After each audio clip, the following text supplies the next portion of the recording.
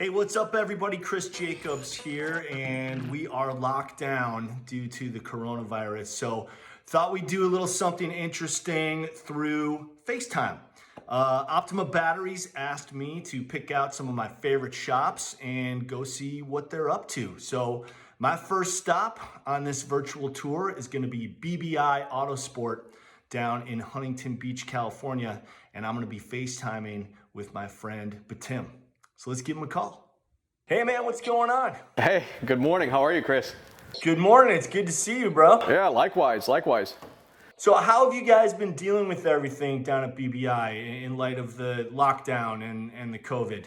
Well, we've shut down to the public. We're on week 2 now, and we've really actually locked down quite heavily, trying to respect social distancing and doing our part to try to minimize any exposure or spreading. But really, it's kind of a ghost town in here.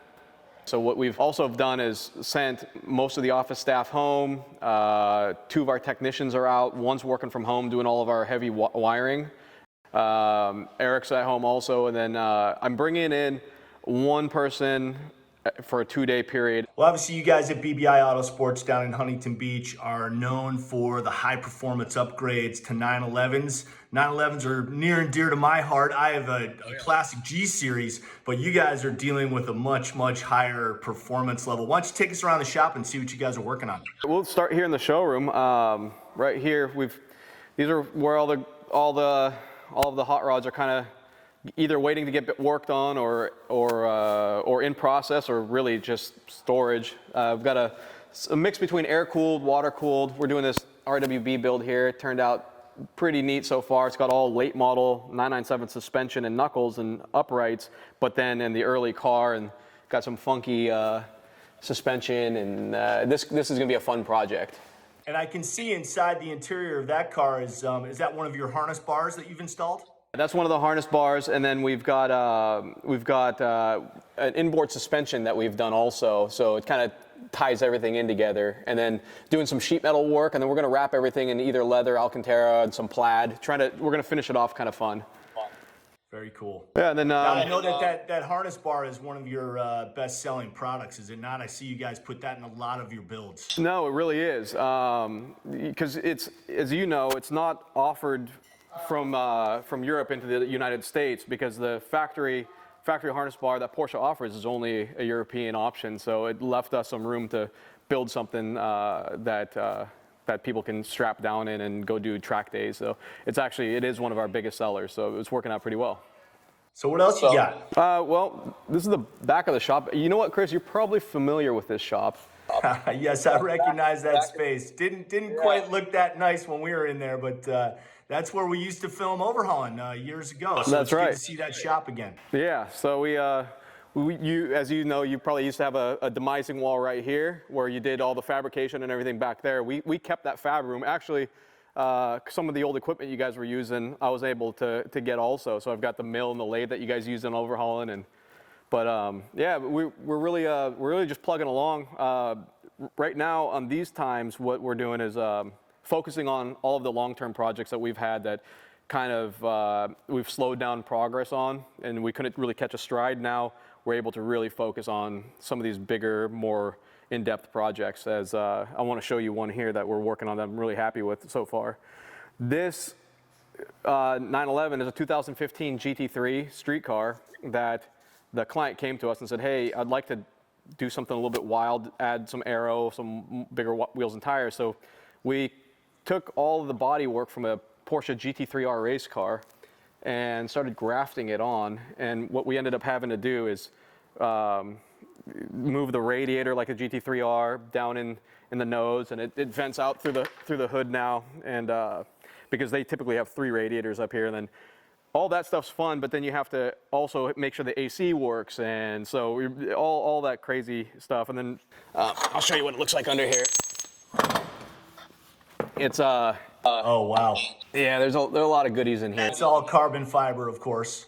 Yeah, all carbon fiber, and then we used the motorsport knuckles, which then we had to machine them so the e-brake works and the rear steer, trying to keep all of the creature comforts of the car and still keep the interior intact. and it's got a funky headliner in there. I love that though. That's cool. It kind of harkens back to the old Porsche interiors where you could get that plaid in the seat inserts. We're trying to keep that some of the lineage and the heritage from back in the day and utilize some of those styling cues in some of these cars that we're building. But the fun part about this car is the business end.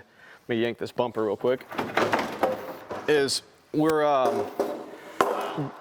as you know, the GT3s are NA, so we took a 4-liter GT3 engine out of a 2019 GT3 RS and rebuilt it and stuck a set of hair dryers on it. So we're building the Inconel headers, the titanium exhaust, and all that. Very powerful hair dryers right there. Yeah. So this project's taken a life of its own, because when you first start, as you know from doing what you've done, which to me is bananas, taking a project that as you check things off the list just infinitely gets longer. And that's what's happening here. So now we're able just to lock the doors, no phones ringing, let's just focus and try to get this thing on the street and track. Well, Betim, talk a little bit more about that motor that's in that car you were just showing me. That's the difference between the GT3 and the GT3 RS. It hopped up another 0.2 of displacement, right from the 3.8 to the 4.0. Yeah, that's correct. So actually that's the mock-up engine. The real engine we just finished building is right here. And so this, as you said, it's a 4-liter now. And the cool part about it is why we decided to go through this is really interesting deal that Porsche did is the nose oiled crankshaft. So it has a fitting that comes on the front side of here, and there's that pressure port right back here. That pressure feeds the nose of the crank, so you get oiling from the back and the front. And we ended up thinking that this would be the best candidate to then lower the compression, put the connecting rods, the head studs, and build it up to handle the abuse, because we're shooting for about 1,100 horsepower. I think this is the way to do it. 9,300 RPMs, boost. Wow. It'll be fun. So how much horsepower does that turbocharger add to that motor? The motor, the way it sits, it makes 518 horsepower out of the box, and we are going to double that horsepower plus a little bit. So what will the final product of that car look like? Are you going to wrap it or paint it? I think initially we're going to roll out wrapped, and we're going to try to keep it all one uniform color. But then as we're going to go do some time attack with it and some hill climbs and things like that. So I think we'll do some more funky livery.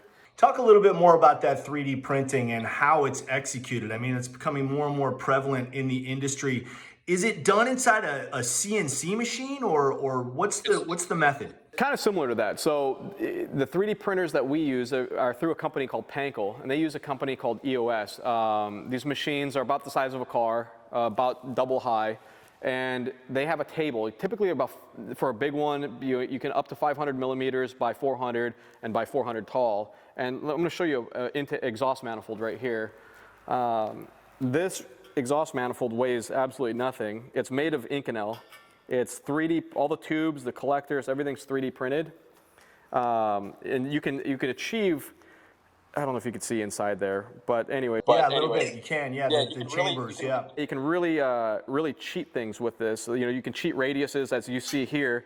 That radius shouldn't be, but then we actually go up in the volume of the tubing to take account for the loss in velocity.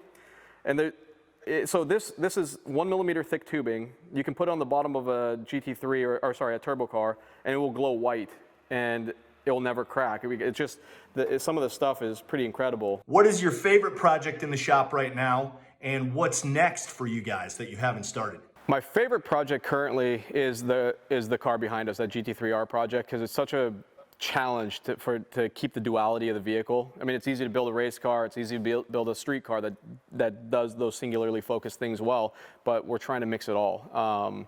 That's one of my favorites. We're starting to mess with McLarens a little bit.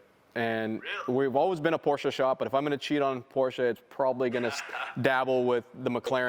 That's a good mistress to have. McLaren is a very good mistress. Right. So we've pulled a couple engines apart, and we're just studying them right now, and they're pretty well built. That's cool. Well, I hope you guys can do the same great work on McLarens that you've been doing for years on Porsches.